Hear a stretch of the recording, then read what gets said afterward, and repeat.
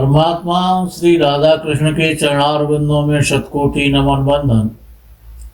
मित्रों को, जिज्ञासुओं को, धर्म प्रेमियों को, ज्योतिष विज्ञान प्रेमियों को हर हर महादेव, बम बम भोले, नमः शिवाय। मित्रों, जैसे जीवन जीने के सिद्धांत हैं, जो सिद्धांतों के आधार पर जीवन जीते हैं, उनका जीवन सरल होता है, शुभ होता है, सुखमय होता है। जो मनमाने तरीके से सिद्धांतों को त्याग कर वो जो जीवन जीते हैं, उनका जीवन कष्टमय हो जाता है, अस्थिर हो जाता है। ऐसे ही ज्योतिष जगत में ऋषि मुनियों ने ज्योतिष शास्त्र में जो सूत्र और जो नियम दिए हैं, यदि दैवज्ञ उन सूत्र और नियमों का पालन करता है और उनको सरलता से व्यक्त कर देता है समझने के बाद, तो कुंडली का प्रादेश प्रायः सटीक और सही होता है। जैसे कि तीसरे भाव में सूर्य को बहुत अच्छा माना जाता है, लेकिन सूर्य खराब भी होता है। यदि तीसरे भाव में सूर्य नीच राशि का बैठा है और पापक ग्रह से और देखा जाता हो, तो या तो जातक के छोटा भाई बड़ा भाई कि सूर्य तीसरे भाव में बड़ा भाई बन जाता है और मंगल तीसरे भाव में छोटा भाई हो जाता है। हालांकि विद्वान कुछ ये भी कहते हैं कि शनि छोटा भाई हो जाता है। तो सूर्य तीसरे भाव में किसी का बैठा है और पापक ग्रह के साथ बैठा है, या पापक ग्रह से देखा जा रहा है, शुभ ग्रह की दृष्टि नहीं है, शुभ ग्रह की युति भी नहीं है, अंशों में कमजोर है, नीच का या शत्रु राशि का है, या तो जातक के छोटा भाई होगा नहीं। यदि होगा तो समय से पहले मृत्यु को प्राप्त हो जाएगा या काफी कष्ट में रहेगा।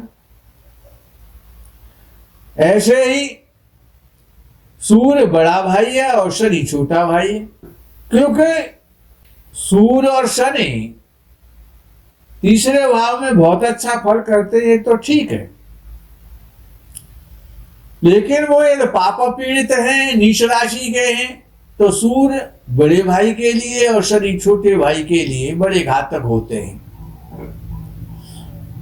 और मंगल भी तीसरे भाव में बहुत अच्छा बताया गया है, लेकिन यदि मंगल नीच राशि का है या पाप पीड़ित हो रहा है या पाप युति में बैठा है, तो ये कहा गया कि छोटे और बड़े दोनों के लिए वो घातक है। छोटे बड़े जो दो भाई हैं, यदि किसी का कोई बड़ा भाई है, छोटा भाई भी है, वो बीच वाला है, तो वो छोटे और बड़े दोनों के लिए घातक है। हाँ, यदि शुभ ग्रह की दृष्टि है या शुभ ग्रह की युति है तो ये फल नहीं होगा। मंगल पाप पीड़ित है, शत्रु राशि में है या अस्त है, नीच राशि में है, तो ये फल हो जाएगा। विषय इसलिए उठाना पड़ रहा है कि लोग ये पूछते हैं कमेंट के माध्यम से कि मेरा राहु 11वें भाव में बैठा है, वह अच्छा फल नहीं दे रहा है। उनका कथन तो ठीक है, हम उसको गलत नहीं कहेंगे कि हमने उनकी कुंडली नहीं देखी और उन्होंने तो कह दिया 11वें भाव में राहु बैठा है। सोचने पर मजबूर हो जाते हैं कि 11वें भाव का राहु गलत फल कैसे दे सकता है। वही ऋषियों ने लिखा कि त्रिषडाय और दशम में, यानी तीसरे भाव में, छठवें भाव में, 10वें भाव में और 11वें भाव में पापक ग्रह और क्रू ग्रह अच्छा फल करते हैं, तो राहु पापक ग्रह में आता है और वो 11वें भाव में। ये कमेंट आया था, पहले भी आ चुके हैं कमेंट, इसलिए मुझे बोलना पड़ रहा है। या तो वो राहु पाप पीड़ित होगा, या शत्रु राशि में होगा, या पुरुष राशि में होगा, कोई न कोई राहु की कमजोरी तो होगी। ऋषियों ने जो लिखा है वो अपने में अक्षर से सत्य है। तो उपचय भावों में 3, 6, 10, 11 में पापग्रह और क्रूर है हमेशा शुभ फल करते हैं, तो अशुभ कैसे हो सकता है? नहीं हो सकता। हमारी देखने की कई कमजोरी, हम कई मिस्टेक कर रहे हैं। भाई सीधा सा सिद्धांत रहेगा, सारे भाव देने वाले हैं। लगन भाव को छोड़ करके जो 11 भाव हैं कुंडली के, वो देने वाले हैं, वो कुछ लेते नहीं है। वो अच्छा देंगे या बुरा देंगे, ये उन भाव पर निर्भर करता है। दृष्टि पर और भावेश पर, जो दृष्टियां उन पर निर्भर करता है। भावेश कैसा है उस पर निर्भर करता है। 3 चीजें, भाव में बैठे ग्रह और भावेश पर पड़ने वाली दृष्टियां और भाव की अपनी स्थिति। लगन भाव लेने वाला है, कोई धन दे रहा है, कोई भाई दे रहा है, कोई भाव पिता का सुख दे रहा है, कोई भाव कर्म दे रहा है, कोई उच्च पद दे रहा है, कोई लाभ करा रहा है, कोई संतान दे रहा है, कोई पत्नी दे रहा है। हर भाव देने वाला है ना। अकेला लग्न लेने वाला है, तो देखना ये भी पड़ेगा कि लेने वाले में ताकत है कि लेने की नहीं, वो से लेना चाहता है कि नहीं चाहता है। तो सबसे पहले लेने वाले को देखो। भाई बाकी तो सब देनदार हैं, वो तो देंगे। लेने वाला जो है वो लग्न है और लग्नेश है। तो लगन और लग्नेश जितना बली होगा, जितना शुभ स्थिति में होगा लगन भाव और लग्नेश, उतना ही वो ज्यादा प्राप्त कर लेगा, उन भावों से ज्यादा ले लेगा। और देखना ये है कि उसको ये अब कोई भाव अच्छा दे रहा है या बुरा दे रहा है। या तो वो अच्छा देगा या फिर वो बुरा देगा, एक काम तो करेगा ना। न्यूट्रल तो नहीं हो सकता। वो देने आया है, अब वो मिठाई खिला रहा है या ड्राई फ्रूट खिला रहा है, या वो गांजा पिला रहा है, भांग पिला रहा है, शराब पिला रहा है। अब ये तो जो लेने वाला है उस पर निर्भर करता है। तो इसीलिए भाव राहु 11वें भाव में कभी भी अशुभ फल दे ही नहीं सकता है जब तक वो खराब नहीं होगा, तभी तो खराब देगा। भाई आप किसी महात्मा के, किसी तपस्वी के पास जाएं, उसका पूजन अर्चन करें, फल फूल अर्पित करें, दक्षिणा अर्पित करें, उसको साष्टांग प्रणाम करें, तो वो आपको आशीर्वाद तो देगा ना।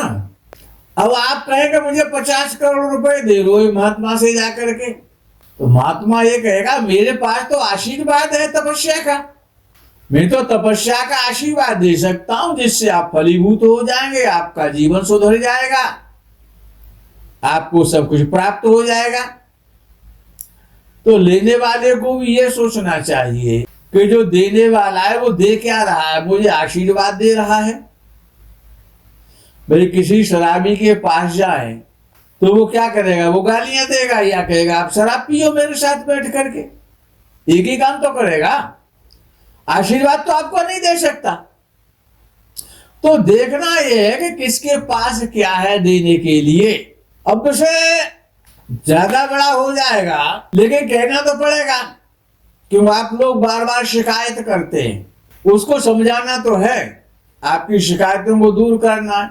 जब भाव और भावेश और भाव का कारक तीनों ही बलवान हो, अब ये देखा कैसे जाएगा कि भाव बलवान है या कमजोर है, भावेश बली है या नहीं है, भाव का जो कारक है वो किस स्थिति में है, वो बली है या नहीं है। अब सबसे पहले भाव को ले लें। यदि भाव पर उस भाव के स्वामी जो उसका भावेश है उसकी दृष्टि हो, सबसे पहले भाव कब बलवान होगा कि वो भावेश के द्वारा होगा जो उसका मालिक है।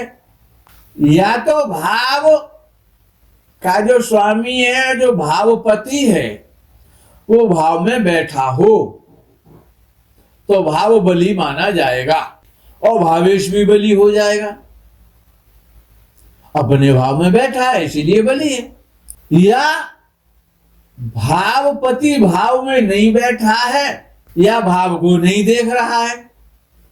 या तो भाव में बैठे या अपने भाव को देखे। या तो घर का स्वामी घर में रहे तो घर की चिंता होगी, घर अच्छा रहेगा, या फिर घर का स्वामी घर को देखभाल करता रहे, देखता हो तो घर कोई बिगाड़ नहीं सकता। अब घर का स्वामी घर को देख भी नहीं रहा है और घर में बैठा भी नहीं है तो भाव कमजोर हो गया। लेकिन इसका एक विकल्प दूसरा भी है कि यदि भाव में शुभ-ग्रह बैठा है और भाव पर शुभ-ग्रह की दृष्टि है तो भाव बली हो जाएगा, भाव बलवान होगा। या तो शुभ-ग्रह बैठे और भावेश को भी शुभ-ग्रह देखे तो और ज्यादा बली हो जाएगा। भाव और भावेश पर भले ही भाव अपने भाव को, भावेश अपने भाव को ना देखे, अपने भाव में ना बैठे, लेकिन भाव में शुभ ग्रह बैठे हों और भावेश को शुभ ग्रह देखते हों, या भावेश शुभ ग्रह से युति बना करके बैठे तो विभाव बलवान हो जाएगा। ये पहला नियम है पाराशर जी का। दूसरा नियम क्या है, बड़ा इंपॉर्टेंट वो भी नियम है, वो भी पहले भी हमने कहा है लेकिन आप लोग ध्यान नहीं रखते। यदि भाव संधि में है, भाव संधि में है, और संधि में कब होगा कि भाव की डिग्री अंतिम स्थिति में आ जाएगी तब वो संधि में आ जाएगा। यदि भाव संधि में ना हो तो भाव दुर्बल नहीं होगा, संधि में होगा तो वो दुर्बल और कमजोर माना जाएगा। देखो, जहां पर भी संधि होती है, जहां पर दो चीजें मिलती हैं, जहां पर दो रास्तों का मिलान होता है, वहीं पर एक्सीडेंट ज्यादा होंगे। चौराहे पर होंगे, तिराहे पर होंगे, दोराही पर होंगे। संधि हमेशा कमजोर होती है। जैसे कि शरीर में हड्डियों की जहां पर संधि है, जो ज्वाइंट है, अब शरीर में तो हजारों ज्वाइंट है। अब ज्वाइंट जितना बड़ा होगा, जैसे कंधे का ज्वाइंट है, कोहनी का ज्वाइंट है, कलाई का ज्वाइंट है, कमर का ज्वाइंट है, घुटनों का ज्वाइंट है, पैरों पर ज्वाइंट है, इन्हीं में तो समय से पहले दर्द होता है क्योंकि बड़े ज्वाइंट हैं। और कमर में सबसे पहले दर्द होता है क्योंकि वो सबसे बड़ा ज्वाइंट है। तो संधि जो है, अगर भाव संधि में पड़ा हुआ है तब भी भाव कमजोर है, वो परेशानी पैदा करेगा। यदि भाव का स्वामी भावेश उच्च राशि का हो और शुभ भाव में बैठा हो, अच्छे मित्र वर्ग में बैठा हो, शुभ वर्ग में बैठा हो और शुभ ग्रहों के द्वारा देखा जाता हो, या शुभ ग्रहों के साथ बैठा हो, भाई जिस सीधा सा सिद्धांत है कि जिसकी जैसी संगति होगी वैसा ही तो उसका जीवन होगा। भाई यदि आप शराबी के पास बैठते हैं, आप जुआरी के साथ बैठते हैं, आप चोर के साथ बैठते हैं, आप ठग के साथ बैठते हैं, आप चरित्रहीन के साथ बैठते हैं, तो वही तो गुण आप में आएंगे, तो आप कमजोर हो जाएंगे, परेशानी तो आपको आनी है ना। यदि आप बुद्धिमान व्यक्तियों के साथ में बैठते हैं, अपनों से विद्वानों के साथ में बैठते हैं, अच्छे लोगों के साथ आपकी संगति है, आपकी संगति शुभ लोगों की और ईमानदार और धनवान लोगों के साथ है, तो वो आपको कष्ट नहीं आने देंगे। तो आप अच्छे लोगों के मध्य में रहते हैं, संगति का असर तो ग्रहों पर भी आएगा जब आप पर आता है। तो भाई ये भी तो कहा है कि बिन सत्संग विवेकन होई। सत्संग की महिमा क्यों विशेष बता दी गई है, इसलिए कहा गया अगर शुभ ग्रहों की युति ही सत्संग है। शुभ ग्रहों का भाव, किसी ग्रह का शुभ ग्रह के साथ बैठना, किसी भी भाव का स्वामी शुभ ग्रह के साथ बैठा है तो वो सत्संगति में बैठा हुआ है, वो शुभ फल करेगा, अपने भाव की वृद्धि करेगा, अपने भाव को बली बनाएगा। भाई किसी घर का व्यक्ति, किसी का बाप, किसी का बेटा, किसी का पति, किसी का भाई, यदि डी में बन जाए, आईएएस हो जाए, आईपीएस हो जाए, तो लाभ किसको होगा? अरे उसके घर वालों को होगा ना, उसके पिता को होगा, उसके भाई को होगा, उसके बच्चों को होगा, उसकी पत्नी को होगा। तो ये आईएएस होना ही ग्रह का उच्च राशि में होना है। यदि किसी का बाप, भाई, पत्नी, बहन, बहनोई, यदि उसका कोई मिनिस्टर बन जाता है, तो उससे संबंधित जो लोग हैं सबको लाभ मिलेगा कि नहीं मिलेगा? ऐसे ही ग्रह का उच्च का होना माना जाए, किसी भी भाव का भविष्य। ऐसे आप समझ सकते हैं। शुभ ग्रहों के साथ अच्छे लोगों से संबंध बनाए, शुभ ग्रहों के अर्थात शुभ लोग, शुभ ग्रहों से संबंध बनाए, और पावरफुल भी हो। पावरफुल तभी होगा कि वो यंग एज होगा, जवान होगा, कुमारावस्था का होगा, युवावस्था का होगा। अब बुढ़ा होगा तो रिटायर हो जाएगा ना। अब वो रिटायर आदमी क्या करेगा? कुछ भी नहीं करेगा।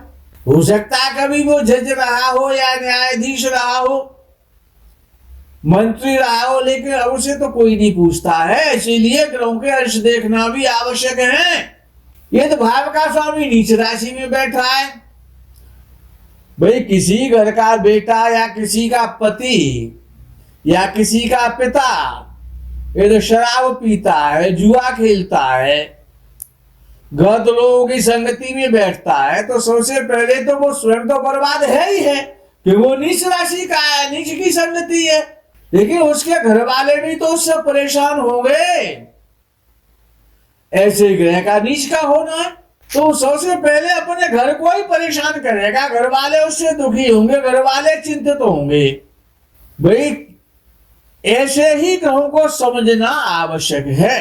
भाई किसी भी भाव का भावेश यदि अपने भाव से दूरद्वादश में चला जाए, दूसरे भाव में चला जाए, अथवा 12वें भाव में चला जाए, किसी भी भाव का भावेश क्यों ना हो वो, तो भाव कमजोर हो जाएगा। एक कन्फर्म है अपने में। दूसरे भाव में बैठ जाए अपने भाव से, और जैसे लगन का स्वामी है, अगर लगन का स्वामी 12वें भाव में बैठ जाए तो लगन को ही पीड़ा देगा, लगन को ही कष्ट देगा। यदि लगन का स्वामी दूसरे भाव में धन स्थान में बैठ जाए तब भी लगन को कष्ट देगा। तो दूसरा भाव और द्वितीय भाव द्वादश जो योग है ये कष्टकारी है। या 6वें या 8वें भाव में बैठ जाए, जैसे लगन का स्वामी 6वें भाव में बैठ जाए, या लगन का स्वामी 8वें भाव में बैठ जाए, तो वो लगन ही कमजोर कर रहा है। अब आप ही परेशान रहेंगे। ऐसा व्यक्ति समृद्धशाली नहीं हो सकता। धन आ जाएगा तो चला जाएगा, लेकिन अपने भाव से 5वें भाव में अगर लगन का स्वामी, लगन उसको ही ले लें, तो लगन का स्वामी नव पंचम में बैठ जाए, अपने भाव से लगने पंचम भाव में बैठ जाए या फिर नवम भाव में बैठ जाए, तो लगन को मजबूत करेगा, लगन को बली बनाएगा, वो समृद्धशाली बनाएगा। विवाह की बात नहीं कर रहा हूं मैं यहाँ पर, कुंडली मिलान नहीं कर रहा हूं नव पंचम से, यहाँ पर कुंडली देखने की बात कर रहा हूं कि कुंडली को देखा कैसे जाएगा। कि भाई जब लगन का स्वामी लगनेश, ऐसे हर भाव को लगन मान लो, तो जैसे लगन का स्वामी लगनेश दूसरे या 12वें, 6वें या 8वें भाव में जाकर के बैठेगा तो लगन को कमजोर कर देगा। और जब लगन का स्वामी 9वें भाव में और पंचम भाव में या केंद्र में बैठेगा तो लगन को बली करेगा। केंद्र में बैठे लगनेश या त्रिकोण में बैठे तो लगन बलवान हो जाएगा। तीसरे में, 11वें में, चौथे में, 10वें में भी अच्छा ही फल कहा गया, गलत फल नहीं कहा गया है। मित्रों आज के प्रकरण में यही विराम करते, वीडियो बड़ा हो जाता है, आप लोग शिकायत भी कर देते हैं, इसीलिए आगे के प्रकरण का आपको इंतजार रहेगा। तब तक के लिए हर हर महादेव, बम बम भोले, नमः शिवाय, जय गौ माता की।